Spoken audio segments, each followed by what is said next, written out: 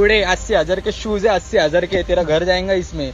लोगों ने इस वीडियो का खूब मजाक बनाया था, लेकिन इसमें MC स्टैन जिस शूज की बात कर रहा था वो सच में 80,000 का ही था। इस शूज का नाम है एयर जॉर्डन। फरवरी 2024 में एयर जॉर्डन के 6 स्नीकर्स का ऑक्शन किया गया था और पता है ये जूते बिके कितने में?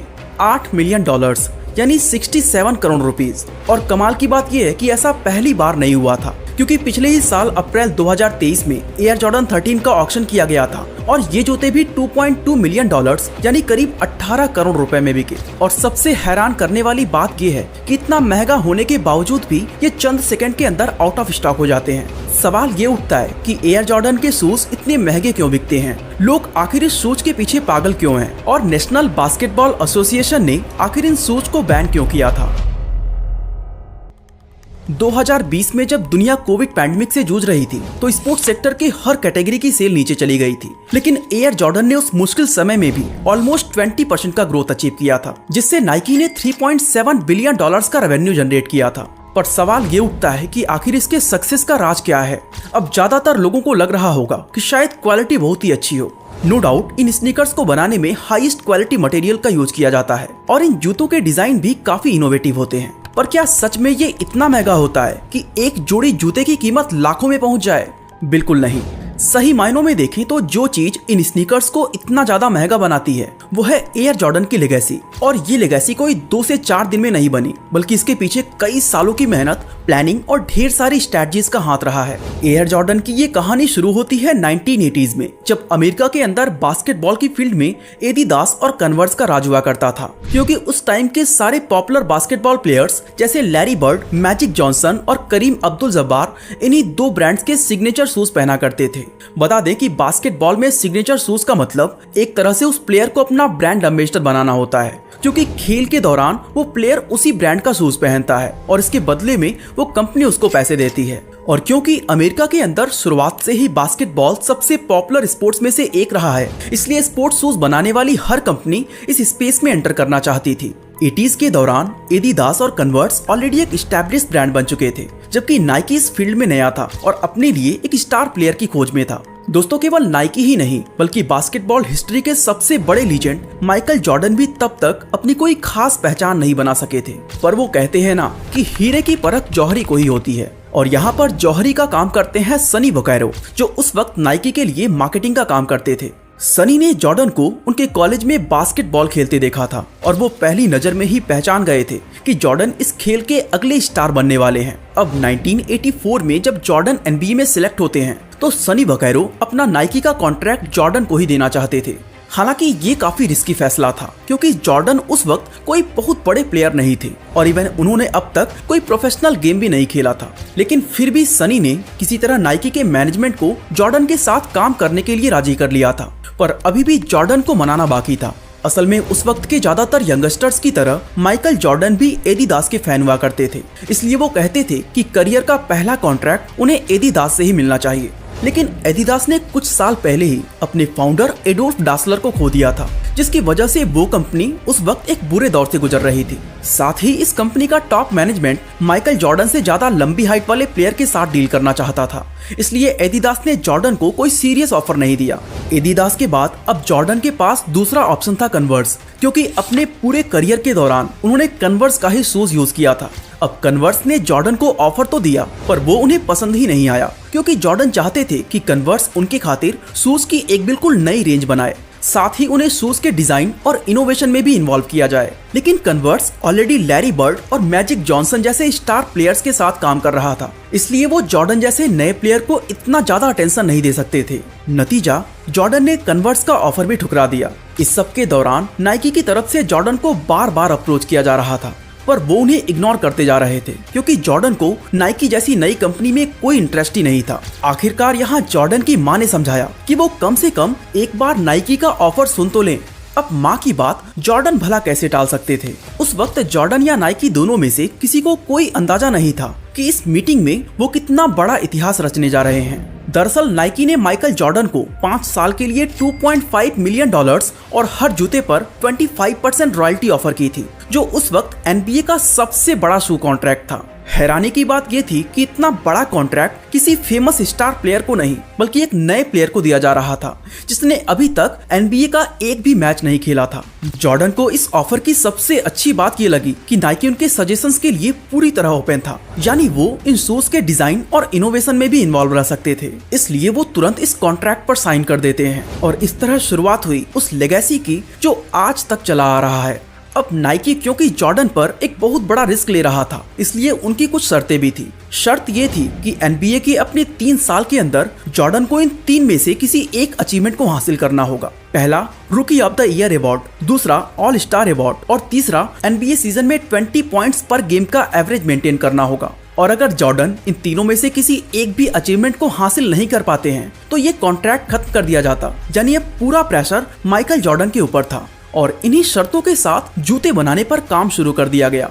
साथ ही शूज के इस नए लाइनअप को नाम मिला एयर जॉर्डन। एयर इसलिए क्योंकि नाइकी अपने जूतों के सोल में हवा को कंप्रेस करके भर देता था, जिससे वो काफी लाइट वेट फील होता था और उसकी कुशनिंग भी बढ़ जाती थी। नाइकी ने इसे एयर सोल का नाम दिया था और काफी सारे एक्सपेरिमेंट्स के बाद आखिरकार 1985 की शुरुआत में नाइकी ने अपने सबसे पहले एयर जॉर्डन शूज को लॉन्च कर दिया था, जिसे एयर जॉर्डन 1 का नाम दिया गया था। ये उस समय के दूसरे बास्केटबॉल शूज से बिल्कुल अलग था, क्योंकि उस वक्त बास्केटबॉल के ऑलमोस्ट सभी शूज पूरी तरह से व्हाइट हुआ करते थे, लेकिन एयर जॉर्डन 1 को ब्लैक और रेड के कॉम्बिनेशन से बनाया गया था, जिसके चलते इस पर सभी लोगों का ध्यान जाता था। यहाँ तक सब कुछ प्लान के अकॉर्डिंग चल रहा था, लेकिन तभी नाइकी के सामने एक बहुत बड़ी परेशानी आती है।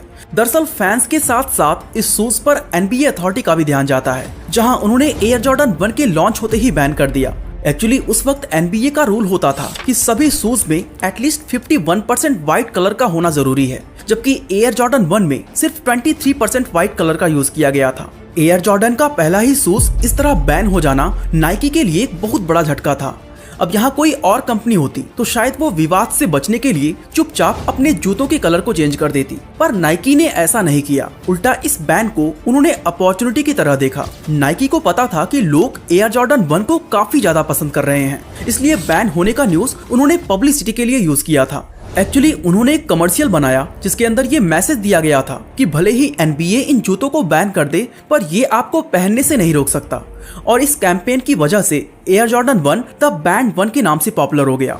इसके अलावा नाइकी ने माइकल जॉर्डन को हर मैच में यही जूते पहनकर खेलने को बोला। हालांकि इसके लिए माइकल जॉर्डन पर हर गेम में $5000 का फाइन लगता था, जिसको नाइकी बिना किसी दिक्कत के बियर कर रहा था, क्योंकि उन्हें जो पब्लिसिटी इस कंट्रोवर्सी से मिल रही थी उसके सामने $5000 कुछ भी नहीं था। दोस्तों, सच्चाई ये थी कि एयर जॉर्डन 1 को बैन किया ही नहीं गया था, बल्कि उसके ऊपर सिर्फ पेनल्टी लग रही थी और नाइकी ने अपने कॉमर्शियल के जरिए जानबूझकर ये बैन होने वाली अफवाह फैलाई थी।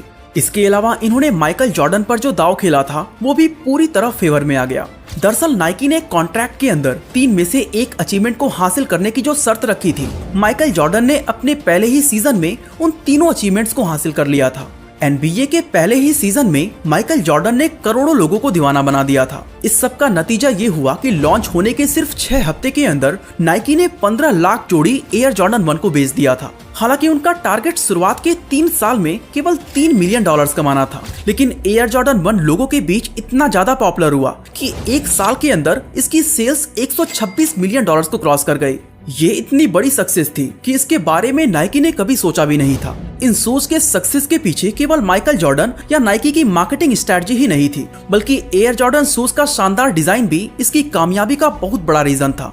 एक्चुअली दोस्तों, लेट 70s के दौरान अमेरिका के अंदर हिप हॉप कल्चर की शुरुआत हुई थी और वो आर्टिस्ट जो हिप हॉप म्यूजिक बनाते थे, फंकी स्नीकर्स उनके स्टाइल मैनेजमेंट का एक अहम हिस्सा बन गया था। ऐसे में उनके फैंस भी अब स्नीकर पहनना शुरू कर देते हैं और इस तरह अमेरिका के अंदर एक स्नीकर कल्चर की शुरुआत हुई, जहां इन लोगों को स्नीकर हेड के नाम से जाना जाता था। ये लोग स्नीकर्स को सिर्फ पहनने के लिए ही नहीं खरीदते थे, बल्कि वो उनका कलेक्शन भी बनाते थे, ठीक वैसे ही जैसे शौकीन लोग कार्स और बाइक्स का कलेक्शन बनाते हैं। स्नीकर हेड्स की सबसे खास बात ये थी कि इसमें नए स्नीकर्स को खरीदने की होड़ मची रहती थी और जैसे ही मार्केट में कोई नया स्नीकर लॉन्च होता था तो ये तुरंत उसके कई सारे यूनिट्स को खरीदकर दूसरे स्नीकर हेड्स को मुंह मांगी कीमत पर बेचा करते थे। इनकी वजह से इन जूतों की कीमत 100 से 1000 गुना तक बढ़ जाती थी बता दें कि ये स्नीकर कल्चर अब इंडिया तक भी आ चुका है। नाइकी को अच्छे से पता था कि अगर इस स्पेस में कुछ बड़ा करना है तो किसी भी हाल में स्नीकर हेड्स का दिल जीतना होगा। इसलिए इन्होंने जब एयर जॉर्डन लाइनअप तैयार किया था तो उन्होंने एक चीज को बिल्कुल ही क्लियर रखा कि वो अपने जूतों की परफॉर्मेंस के साथ साथ लुक्स पर भी ध्यान देंगे, क्योंकि जब एयर जॉर्डन 1 को लॉन्च किया गया था तो स्नीकर हेड्स उसके डिजाइन और लुक के दीवाने हो गए। लेकिन दोस्तों, नाइकी की ये सक्सेस ज्यादा देर तक नहीं टिक पाई, क्योंकि एयर जॉर्डन लाइनअप का दूसरा शो एयर जॉर्डन 2 बुरी तरह फेल हो गया। नौबत तो यहाँ तक आ गई थी कि एयर जॉर्डन 2 की वजह से माइकल जॉर्डन नाइकी के साथ अपना कॉन्ट्रैक्ट खत्म करने वाले थे। हुआ ये कि एयर जॉर्डन 1 की मैसिव सक्सेस के बाद नाइकी पर प्रेशर था कि उनका अगला स्नीकर इससे भी ज्यादा अच्छा होना चाहिए। इसलिए नाइकी ने इस शूज को डिजाइन करने के लिए अपने 2 बेहतरीन डिजाइनर पीटर मूर और ब्रूस किलगोरे को सिलेक्ट किया था। पीटर मूर ने एयर जॉर्डन 1 को डिजाइन किया था और ब्रूस किलगोरे ने एयर फोर्स 1 को, जो उस वक्त तक नाइकी के मोस्ट सेलिंग शूज थे। पर वो कहते हैं ना कि ओवर परफेक्शन के चक्कर में कभी कभी काम बिगड़ जाता है। यहाँ भी कुछ वैसा ही हुआ। दरअसल एयर जॉर्डन 2 को डिजाइन करने के दौरान पीटर मूर और ब्रूस किलगोरे के दिमाग में बस एक ही चीज थी कि उन्हें एक ऐसा जूता बनाना है जो हो तो परफॉर्मेंस बेस्ड लेकिन साथ ही दिखने में इतना शानदार और लग्जरियस हो कि लोग उसे 3 पीस सूट के साथ भी पहन सकें। और कई महीनों की मेहनत के बाद उन्होंने इस जूते को तैयार किया। मुझे पता है आप में से काफी लोगों को एयर जॉर्डन 2 पसंद आया होगा और ऐसा ही 1986 में इसके लॉन्च के समय भी हुआ। बस दिक्कत ये थी कि इसे नापसंद करने वाले लोग ज्यादा थे और उन लोगों में माइकल जॉर्डन का नाम भी शामिल था। अगर आप गौर से देखें तो इस शूज में नाइकी का स्वुश लोगो का यूज नहीं किया गया था, जो कि एक हैरान करने वाली बात थी। साथ ही क्वालिटी को बेहतरीन करने के चक्कर में इसका प्रोडक्शन इटली में किया गया था, जिससे जूते का प्रोडक्शन कॉस्ट काफी ज्यादा हो गया और इसे $100 के रिटेल प्राइस पर लॉन्च किया गया, जो उस वक्त एक बहुत बड़ी रकम होती थी। बता दें कि एयर जॉर्डन 1 का रिटेल प्राइस $65 था। अब ऐसा भी नहीं था कि एयर जॉर्डन 2 की वजह से इस कंपनी को बहुत ज्यादा नुकसान हुआ हो। बस बात ये थी कि ये उतना सक्सेस नहीं हो पाया जितना एयर जॉर्डन 1 हुआ था। माइकल जॉर्डन के हिसाब से ये वजन में काफी भारी था। साथ ही वो इस चीज को लेकर बहुत ही निराश थे कि एयर जॉर्डन 2 की डिजाइनिंग में उनकी एडवाइस को कोई भी वैल्यू नहीं दी गई थी। इसलिए वो पूरा मन बना चुके थे कि 1989 में अपना 5 साल का कॉन्ट्रैक्ट पूरा होने के बाद वो नाइकी को छोड़ देंगे। इससे नाइकी को बहुत ज्यादा नुकसान होता। इसलिए कंपनी ने सबसे पहले पीटर मूर और ब्रूस किलगोरे को एयर जॉर्डन की डिजाइनिंग से डिसमिस कर दिया और उनकी जगह वो एक यंग डिजाइनर टिंकर हैटफील्ड को लेकर आए, जिन्हें एयर जॉर्डन 3 की डिजाइन करने का काम सौंपा गया। आखिरकार कई महीनों की मेहनत के बाद ये जूता बनकर तैयार होता है और अब बारी थी इसे माइकल जॉर्डन को दिखाने की। इस काम के लिए टिंकर खुद फ्लाइट लेकर कैलिफोर्निया पहुंचे और जैसा कि उम्मीद थी, इस जूते की पहली ही झलक ने माइकल जॉर्डन का दिल जीत लिया था, क्योंकि इसे बनाने में उनकी सभी रिक्वायरमेंट्स को ध्यान में रखा गया था। माइकल के रिक्वायरमेंट्स के अकॉर्डिंग इस जूते का वेट कम रखा गया और ये एक मिड टॉप शूज था। साथ ही एयर जॉर्डन 3 वो पहला स्नीकर था जिसमें जॉर्डन ब्रांड के आइकॉनिक जंपमैन लोगो का यूज किया गया था। एयर जॉर्डन 3 नाइकी के लिए एक लाइफ सेवर साबित हुआ। इसने माइकल जॉर्डन के नाइकी से अलग होने के इरादे को पूरी तरह बदल दिया और साथ ही ये स्नीकर हेड को भी बहुत ज्यादा पसंद आया। इस सक्सेस के बाद नाइकी और माइकल जॉर्डन ने एक ऐसी लेगेसी बनाई जिसके लिए लोग हमेशा मुंह मांगी कीमत देने को तैयार रहते हैं। एयर जॉर्डन की सबसे खास बात यह है कि मार्केट चाहे कितनी भी ऊपर या नीचे क्यों ना जाए, ये अपने शूज के प्राइस कभी भी कम नहीं करते और ना ही कभी डिस्काउंट देते हैं। यही वजह है कि जब कोई व्यक्ति 1 लाख का शूज परचेज करता है तो उसे यह यकीन होता है कि इसकी कीमत वाकई 1 लाख रुपए ही है, क्योंकि अगर वो चाहे तो कुछ टाइम इस जूते को अपने पास रखकर और ज्यादा कीमत पर बेच सकता है। बाकी दोस्तों, इसी तरह अगर आप जानना चाहते हैं कि इंडिया के अंदर कैसे कैंपस शूज ने नाइकी और एडिडास जैसे ब्रांड को पीछे करके इंडिया का सबसे बड़ा शूज मैन्युफैक्चरर बना, तो आई बटन पे क्लिक करके इस वीडियो को देख सकते हैं। वैसे दोस्तों, आपको इन जूतों पर लाखों खर्च करना वर्थ लगता है या नहीं, हमें कमेंट करके जरूर बताएं। बाकी आज के लिए बस इतना ही।